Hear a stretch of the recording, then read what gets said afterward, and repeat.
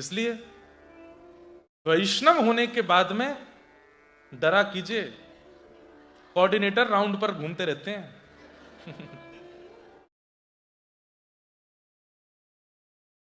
नारद जी महाराज ने जैसे ही देखा चंद्रहास को, पहुंच गए। और नारद जी के लिए एक सूक्ति भी है, नारदो देव दर्शन, सीधे देव दर्शन नहीं होगा, पहले नारद जी मिलेंगे, उसके बाद ठाकुर जी मिलेंगे। नारद जी महाराज ने आकर के जैसे ही बालक को देखा, बालक, अरे लाला क्या नाम है तुम्हारा? चंद्रहास जी की आंख खुले, कौन हो? मैं चंद्रहास। अच्छा, तुम्हारी मां कहां है? मेरी मां कृष्ण है। पिता कहां है? मेरे पिता कृष्ण है। घर कहां है? बोले घर भी श्री कृष्ण है, सब कुछ कृष्ण है। बड़ी अच्छी अच्छी बातें करते हो।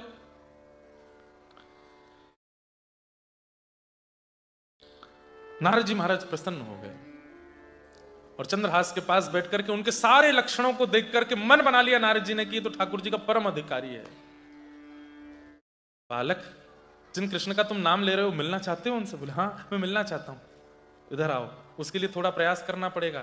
क्या? मैं मंत्र दूंगा, उस मंत्र का गान करना पड़ेगा और मैं सेवा दूंगा, ठाकुर जी की सेवा करनी पड़ेगी। और श्री नारद जी ने चंद्रहास जी को अपने समीप बुला के उनके कान में गुरु मंत्र दीक्षा दे दी। नारद जी ने चंद्रहास जी को गोपाल मंत्र दिया और गोपाल मंत्र देने के बाद में बोले अब तुम्हें सेवा भी करनी पड़ेगी ठाकुर जी की। तो सेवा क्या करें? बोले तुम जिन कंचों से खेलते हो उन कंचों को लेके आओ। कंचा जानते हैं? कंचों को लेकर के आए तो उन्हीं कंचों में छोटे से शालिग्राम भगवान थे, जिनको ये पहचानी, उनसे ही रोज खेलते थे। नारद जी ने कहा ये कंचा नहीं है, ये शालिग्राम जी इनको दो। बोले शालिग्राम ये भगवान है? बोले हाँ। ये कैसे भगवान है? पत्थर जैसे गोल मटोल भगवान। तब कथा सुनाई। बोले कि एक कन्या थी, उसने भगवान की तपस्या करके प्रार्थना की कि मैं आपको यशोदा देवकी की तरह गोद में खिलाना चाहती हूँ। तो भगवान ने उसको वरदान दिया, ठीक है, कालांतर में आप गंडकी नदी बनोगी और आपकी गोद में मैं शालिग्राम बन करके आऊंगा। अभी हम कुछ महीने पहले कथा करके आए मुक्तिनाथ, वहीं गंडकी जी के भीतर से ही शालिग्राम जी प्रकट होते हैं। पूरी कथा सुनाई और बोले इस प्रकार ये शालिग्राम है। अब लाला जो मैंने मंत्र दिया उसका पाठ करना और नित्य इनकी सेवा करना, कृष्ण तुमको मिलेंगे, मेरा आशीर्वाद है। चंद्रहास जी बोले मेरे पास घर तो है नहीं, छत तो है नहीं, ठाकुर जी को कहां विराजमान करूंगा, क्या भोग लगाऊंगा, कैसे करूंगा, सब कैसे होगा? नारद जी बोले बहुत सरल सेवा है शालिग्राम जी की। बोले क्या? दिखा के खा लो, धो के पी लो। शालिग्राम जी की सेवा कैसी है? दिखा के खा लो, कुछ भी बनाओ, ठाकुर जी को दिखाओ, उसके बाद उसको पालो। और धो के पी लो मतलब उनका अभिषेक करके जो उनका चरणामृत उसका पान कर लो, बस इतनी सेवा है। इससे ज्यादा कुछ, और हो सके चंदन घिस के एक टीका लगा दो, बस तुलसी पधरा दो, इससे अधिक सेवा नहीं। पर हाँ, करने वाले यज्ञोपवीत धारण करने वाले होने चाहिए, शिखा होनी चाहिए, गायत्री करने वाले हों। बाकी सेवा में और ज्यादा विधान नहीं, करने वाला योग्य होना चाहिए बस।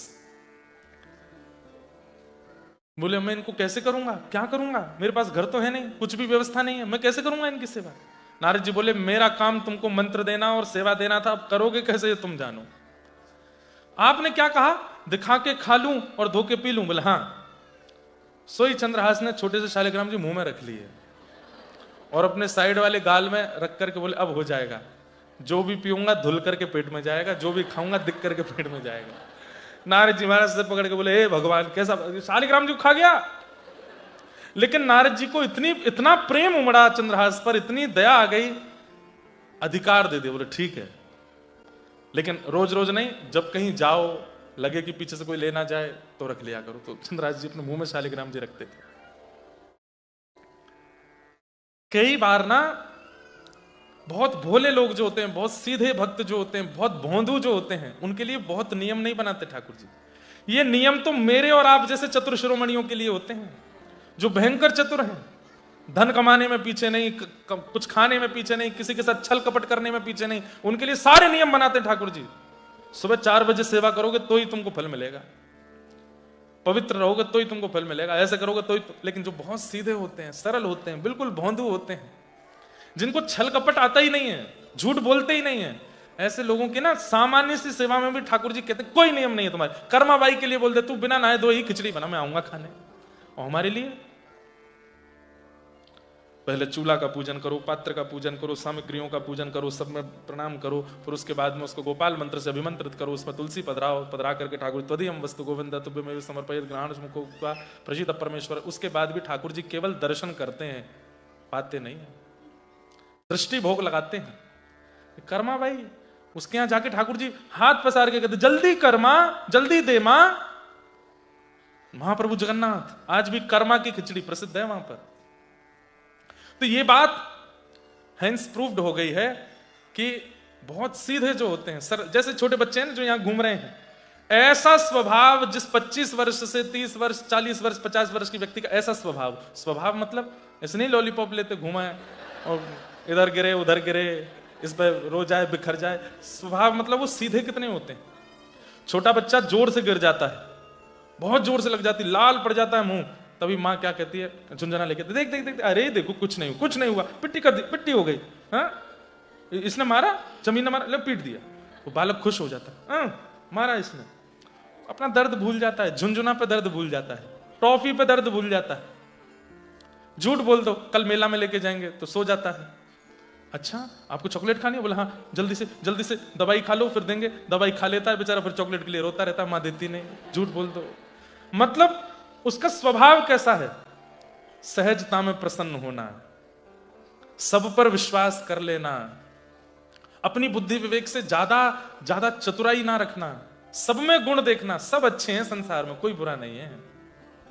जब बालक छोटा होता है तो कभी किसी दीनहीन को देखता है तो कह देता है माँ ये ऐसे क्यों है, इसको कुछ खाने को दे दो, इसको कुछ पीने को दो। वही बालक जब 22-23 का हो जाता है किसी पे दया नहीं आती उसको। फिर मतलब जिनके स्वभाव में बालवत प्रीति है उनके लिए कोई नियम नहीं है संसार में, वो कुछ भी कर सकते हैं। पर मेरे आप जैसे चतुर जब हो जाते हैं तो ठाकुर जी फिर नियमों में ही हमको देखते हैं, नियम करेगा तो मैं मिलूंगा, नहीं तो नहीं मिलूंगा।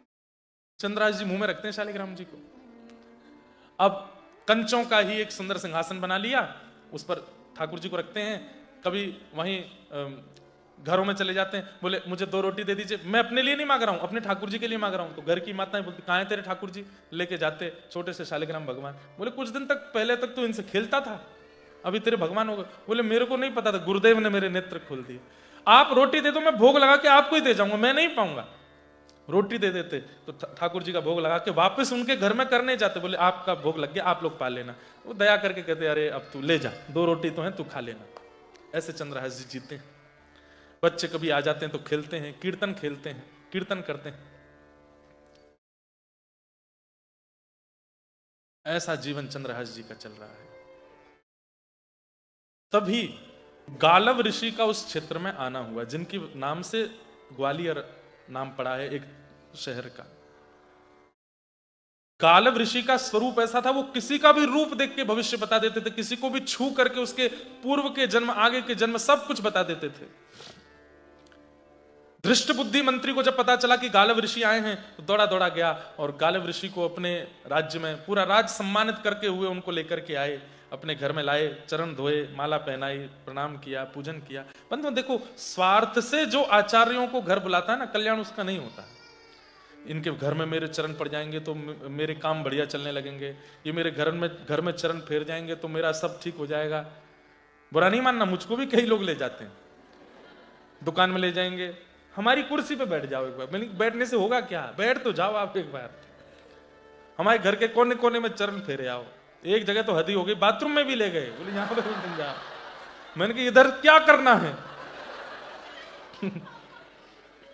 इसलिए मैं घर में जाना बंद कर दिया।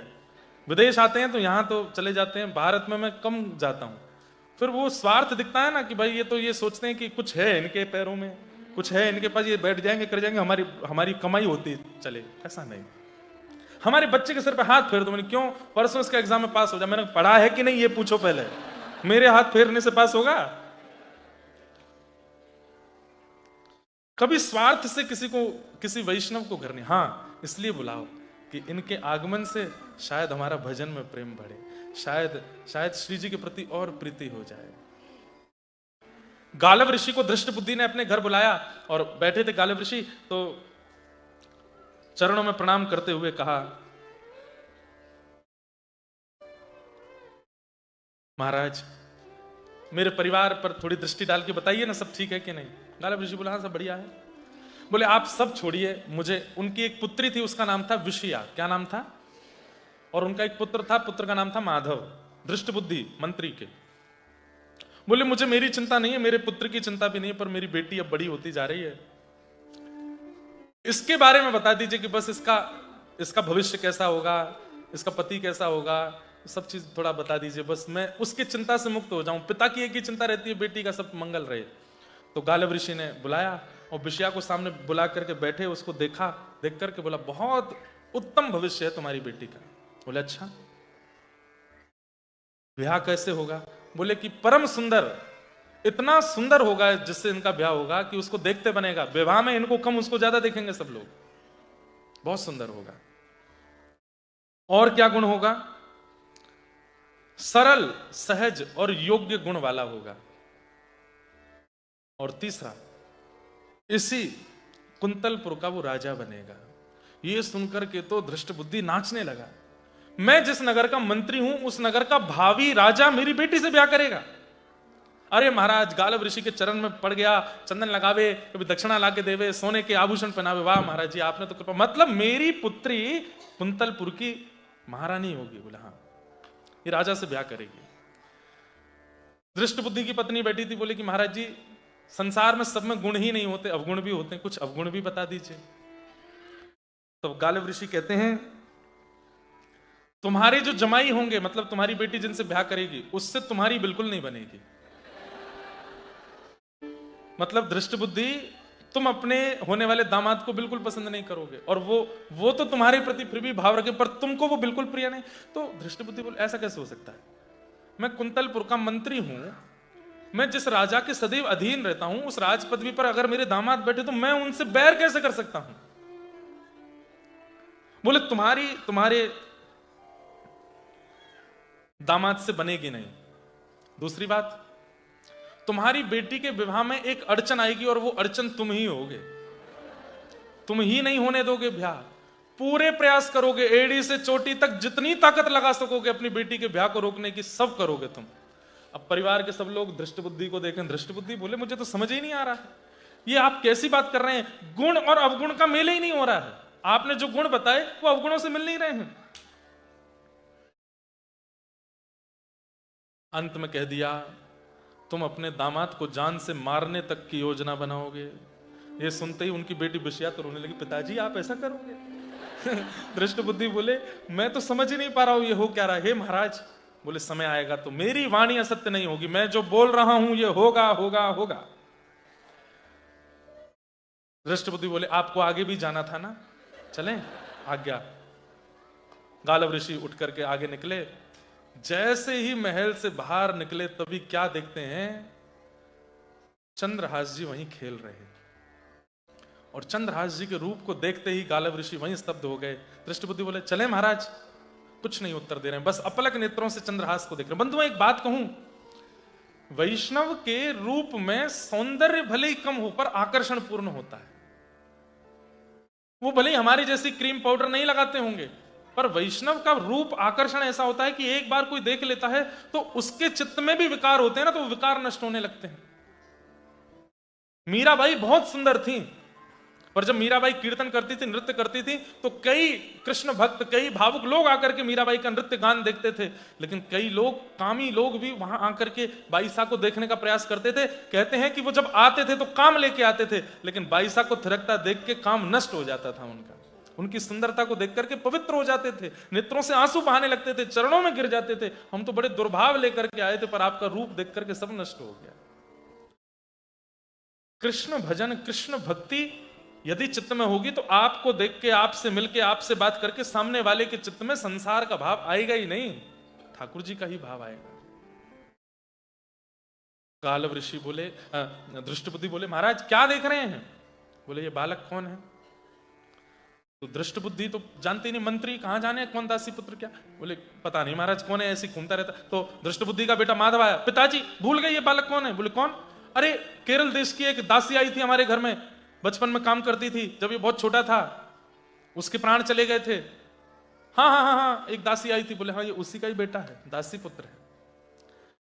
महाराज दासी पुत्र है, कोई विशेष बात? गालव ऋषि हंस करके बोले, एक दिन कुंतलपुर का राजा बनेगा ये।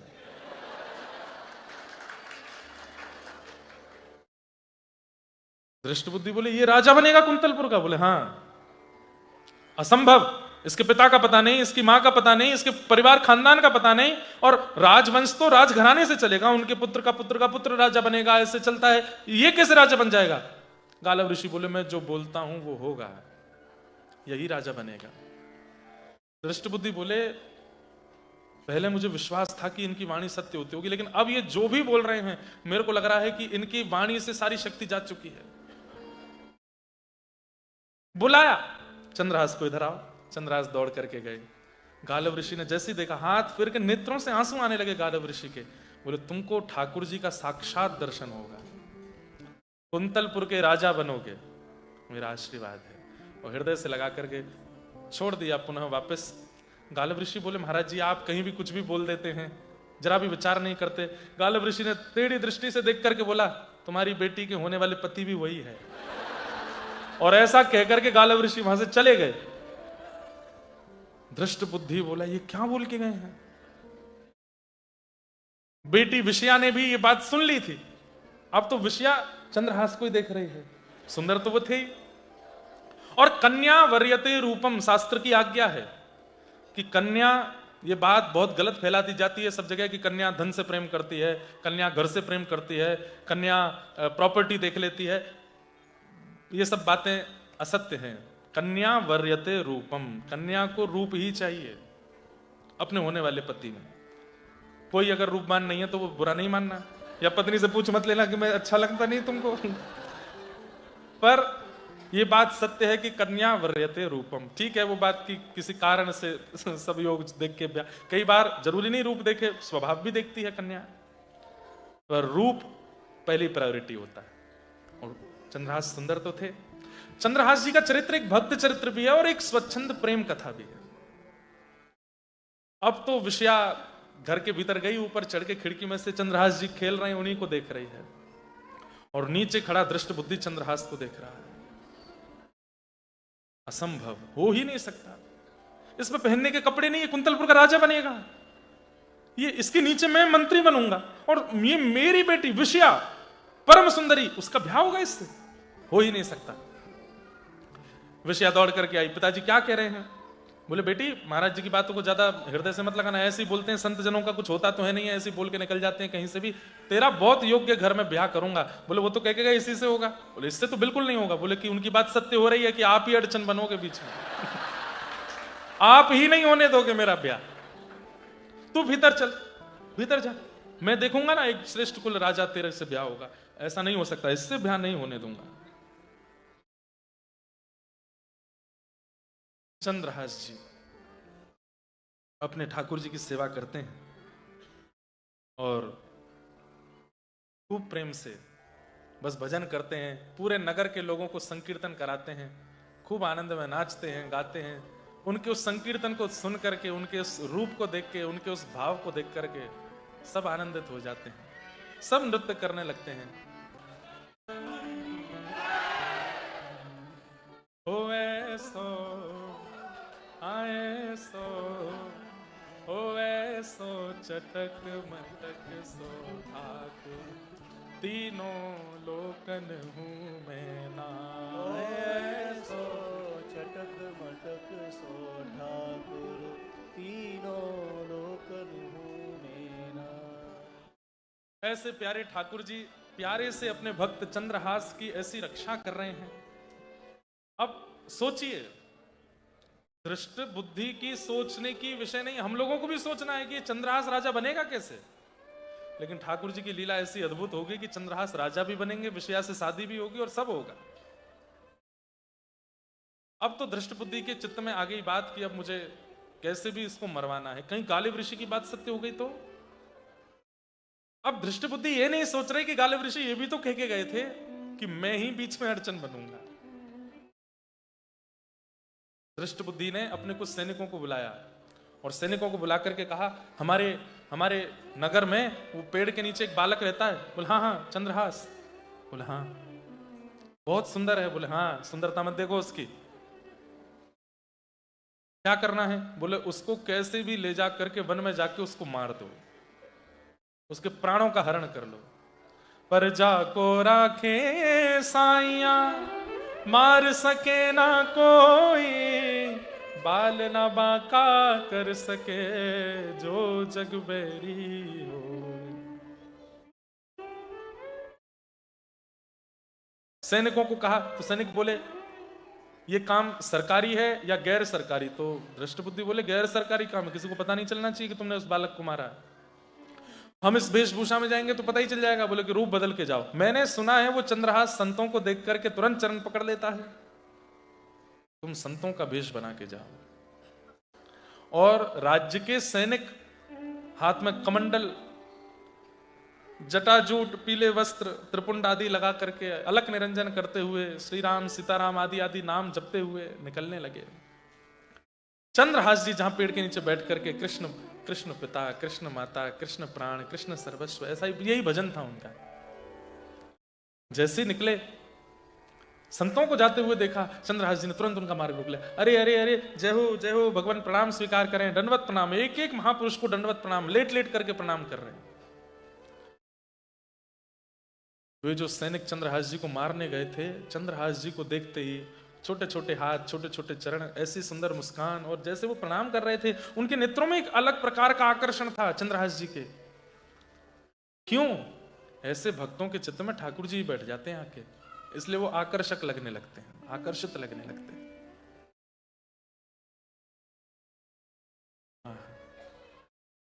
मुस्कुराते हैं तो जी उठते हैं मरने वाले।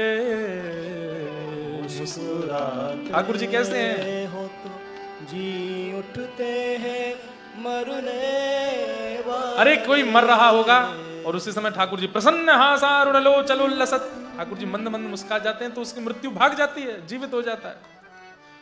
मुस्कुराते हैं तो जी उठते हैं मरने वाले। मुस्कुराते हैं तो जी उठते हैं मरने वाले। मुस्कुराहट ही तेरी, मुस्कुराहट ही तेरी, करती जीते जी मरण। पाग टेढ़ी सिधरे, वापे मोती लटकन। पाग टेढ़ी सिधरे, वापे मोती लटकन। अरे डोले व्रज कुंजों में,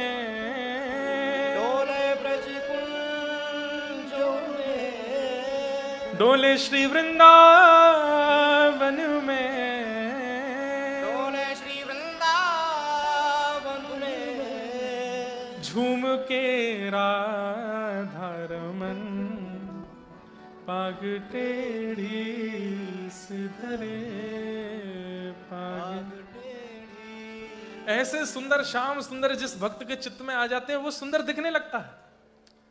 अब चंद्रहास जी ने उन सैनिकों को जब संत जान के प्रणाम किया तो उन सैनिक, अब एक सैनिक सोच रहा है मैं तो इसको नहीं मारूंगा, कितना सुंदर है, इसका रूप तो देखो, इसकी आंखें तो देखो, ये बोलता कितना प्यारा है। सब रसिकों संतों के यहाँ जा रहा है, आप मेरे इस चबूतरे पे बैठ जाओ, मेरा घर नहीं, मैं यहीं रहता हूँ पेड़ के नीचे, यहीं बैठ जाइए ना, थोड़ी देर कीर्तन करिए, थोड़ा मुझे भी सिखाइए ना और कैसे कीर्तन करते हैं। अब ऐसा एक सैनिक नहीं सोच रहा है, दूसरा वाला भी सोच रहा है, बोले ये 3 मार देंगे, मैं तो नहीं मारूंगा इसको। तीसरा कह रहा है मैं नहीं मारूंगा, ये 3 मार देंगे। तीनों चारों यही सोच रहे हैं, लेकिन नहीं मारेंगे तो फिर वो मंत्री हमको दृष्टि बुद्धि मार देगा, क्या करें। बोले अरे इसके लोभ में मत आओ, रूप पे मत जाओ, लेके चलो इसको। चारों उसको लेकर के बोले अच्छा तुम एक काम करो लाला, हमारे आश्रम चलो, आश्रम चल के कीर्तन करेंगे। कहाँ है आपका आश्रम? बोले वन में है अंदर। अरे फिर तो बहुत आनंद आएगा, वन में चलूंगा, मैं आगे आगे चलूं, आप सब मुझको लेके चलो। नाचते गाते हुए जा रहे हैं, खूब आनंद, और प्रेम बीच बीच में रोने लगते हैं, मेरा कोई नहीं है, ऐसा पूरी दुनिया कहती है। लेकिन देखो ना, ठाकुर जी बीच बीच में रसिकों को भेज देते हैं, संतों को भेज देते हैं, यही मेरा परिवार है। अब ये सब बातें उससे सुनकर के वो सैनिकों का हृदय पिघल रहा है। अच्छा एक बात, सैनिकों के पीछे तो और भी, इन्होंने तो बहुत लोगों को मारा, वो भी इनके आगे ऐसी बातें करते होंगे, तब तो इनका हृदय पिघला नहीं। आज क्यों पिघल रहा है? क्योंकि एक वैष्णव बोल रहा है। हमारे पूज्य नाना जी से मैंने एक बार एक प्रश्न किया था कि हिरण्यकश्यप ने अनेक सैनिक भेजे प्रहलाद जी को मारने, और सुनने में आता है वे सारे सैनिक जाते और वहीं कीर्तन करने लग जाते, लेकिन जब हिरण्यकश्यप स्वयं गया उस पर कीर्तन का प्रभाव नहीं हुआ। क्यों? तो हमारे नाना जी बोले, लाला स्विच बोर्ड में प्लग लगाओ तो तार में करंट आता है, अब उस करंट से स्पीकर जोड़ दो तो उसमें आवाज आने लगेगी, लाइट जोड़ दो तो प्रकाश हो जाएगा, पंखा जोड़ दो तो पंखा चल जाएगा, एसी जोड़ दो तो एसी चल जाएगा। लेकिन किसी फ्यूज बल्ब को कितना भी जोड़ो, जलेगा? नहीं जलेगा। बोले जो बल्ब पहले से फ्यूज है उस पर कितना भी करंट देते रहो, वो जलेगा? नहीं जलेगा।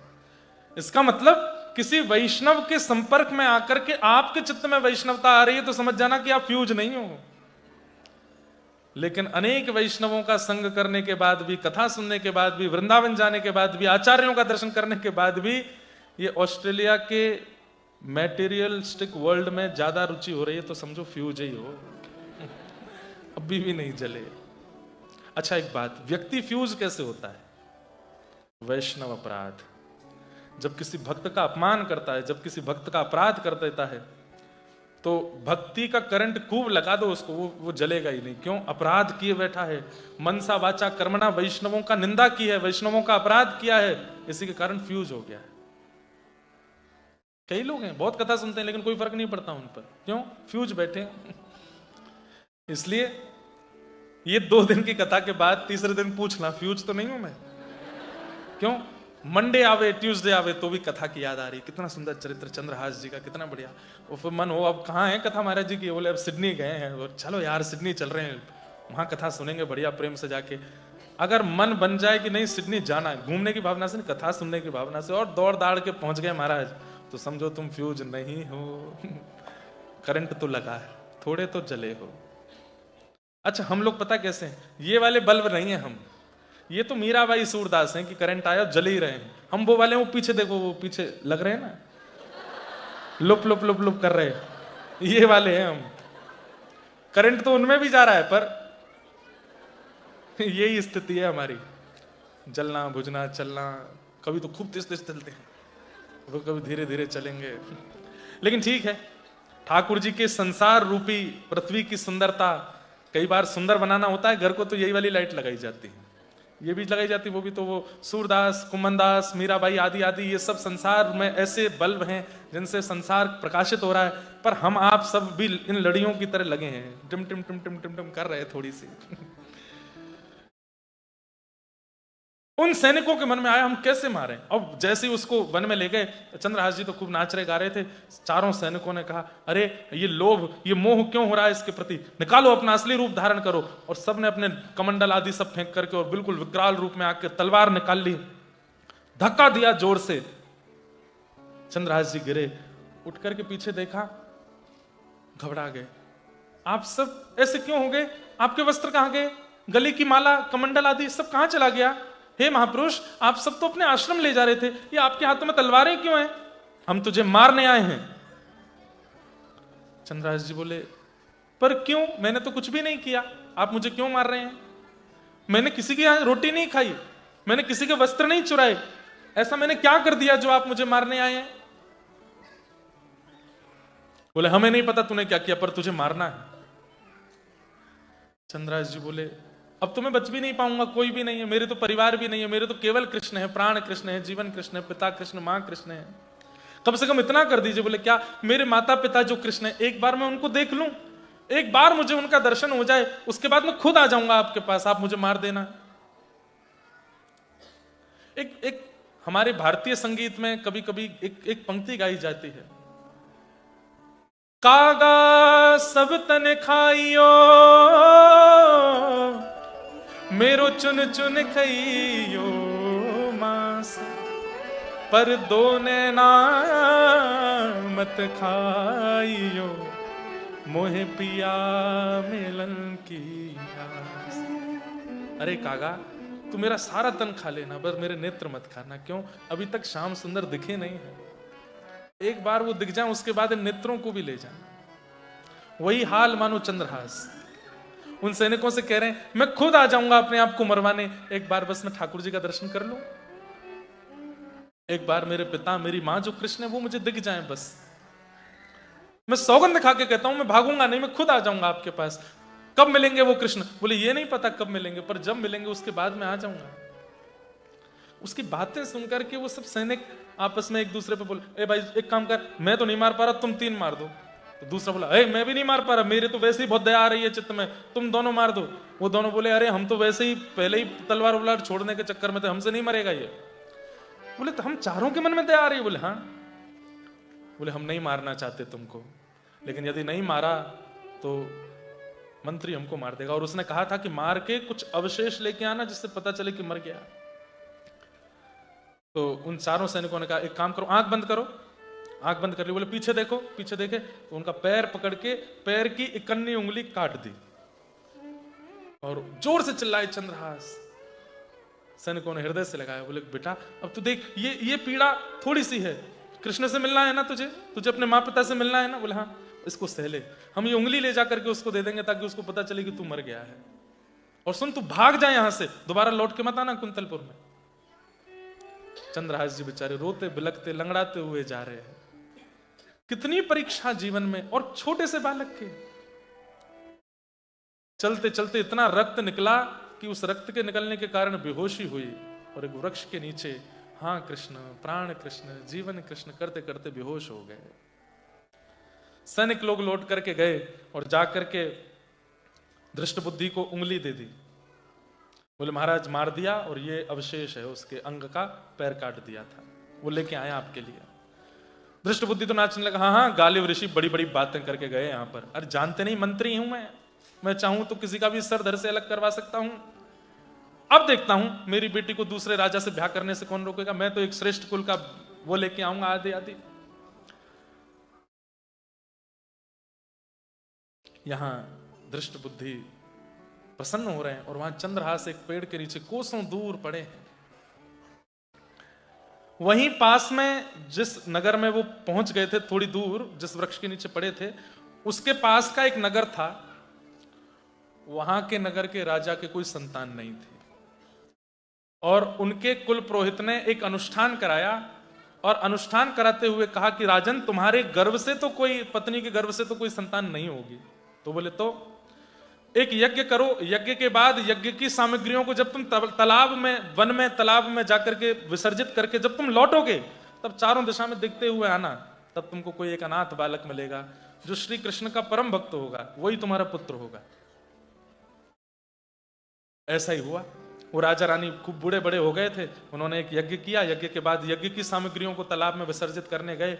जैसे ही लौट करके आ रहे थे तभी वहां एक वृक्ष के नीचे बेहोश अवस्था में श्री चंद्रहास जी पड़े थे। बोले गुरुदेव ने कहा था कोई अनाथ बालक मिलेगा। जल डाल करके देखा पैर से रक्त निकल रहा है तो कुछ उपचार किया। थोड़ी देर बाद जब उनको होश आया तो राजा ने तुरंत कहा, बेटा तुम्हारे पिता कौन? मेरे पिता कृष्ण है। तुम्हारी माँ कौन? बोले मेरी माँ कृष्ण है। तुम्हारा घर कहाँ है? बोले मेरे घर भी कृष्ण है, मेरे सर्वस्व कृष्ण है। समझ गए? बोले परम भक्त है। बेटा हम तुमसे एक प्रार्थना करें। बोले क्या? तो हमारे पुत्र बनोगे? बोले मैं कैसे पुत्र बन सकता हूं, मैं तो कृष्ण का पुत्र हूं। बोले तुम कृष्ण के पुत्र हो ये बात हम मानते हैं, पर तुमको उनके लिए घर भी तो चाहिए, आसन भी तो चाहिए, तुम्हारे सेवा के शालिग्राम जी तुम्हारे हाथ में लगे, इनके लिए भी तो सब व्यवस्था चाहिए। बोले हाँ तुम्हारी पूजा पाठ की सारी व्यवस्था हम कर देंगे, रहने खाने पीने की सारी व्यवस्था हम कर देंगे, बस तुम हमको गलती से माता पिता बोल दिया करना, तुम्हारे भजन में हम विक्षेप नहीं डालेंगे और तुम बस हमको माता पिता मान लेना। बोले ठीक है। और ऐसा कहकर चंद्रहास जी उस राजा के साथ चले गए और पूरे राज्य को इकट्ठा करके अगले दिन राजा ने घोषणा की, दूसरे नगर का राजा, अभी कुंतलपुर के राजा बनेंगे, कैसे बनेंगे वो मैं कल सुनाऊंगा। राजा ने घोषणा करते हुए कहा कि अब आप सब लोगों को घबराने की आवश्यकता नहीं, आप सब चिंतित थे कि हमारे राजा का कोई वंशधर नहीं है, पर मुझे मेरा वंशधर मिल गया, मैं आज उसका राज्य अभिषेक कर रहा हूं। और तभी सिंहासन पर बैठा करके श्री चंद्रहास जी का अभिषेक करते हुए पूरे राज्य को उन्होंने अपना वंशधर बता करके घोषणा कर दी। इस प्रकार से श्री चंद्रहास जी एक राजा के राजकुमार बने। गोल्ड कोस्ट में रोलर कोस्टर है, लेकिन इतनी खतरनाक रोलर कोस्टिंग कहीं नहीं हो सकती जैसी ठाकुर जी जीवन में चलाते हैं। कई बार कई लोगों के, केरल देश में जन्मा, राजकुल में जन्मा, दासी पुत्र हो गया, पेड़ के नीचे रहने लगा और अब जाकर के फिर से कहीं का राजा बन गया। अभी राजकुमार बने, राजा तो कल बनेंगे। तो अब इसके आगे का जो प्रसंग है, क्योंकि मैं प्रारंभ करूंगा तो मुझे पूरा ही करना पड़ेगा, तो वो मैं कल सुनाऊंगा। इसके आगे के प्रसंग में कल प्रवेश करेंगे और ठाकुर जी कैसे इनको मिलेंगे। अभी तो इनका विवाह होगा और दृष्ट बुद्धि के जीते जी होगा। कैसे होगा, कैसे ठाकुर जी, और ये कथा सुनकर के ठाकुर जी खूब प्रसन्न हो रहे हैं। अर्जुन बार बार ठाकुर जी को प्रणाम कर रहा है, जय हो, क्या रचना करते हो, किसी किसी के जीवन की कैसी रचना करते हो। ठाकुर जी बोले आगे सुनना, अभी और आनंद आएगा। ऐसे चंद्रहास जी को हम बारंबार प्रणाम करते हैं। उनका पावन चरित्र, शेष चरित्र हम लोग कल सुनेंगे। आप सब लोग लेट मत करना आज की तरह, हाँ, कल समय से आना सब लोग। कल प्रेम और भाव से हम लोग खूब आनंद करेंगे।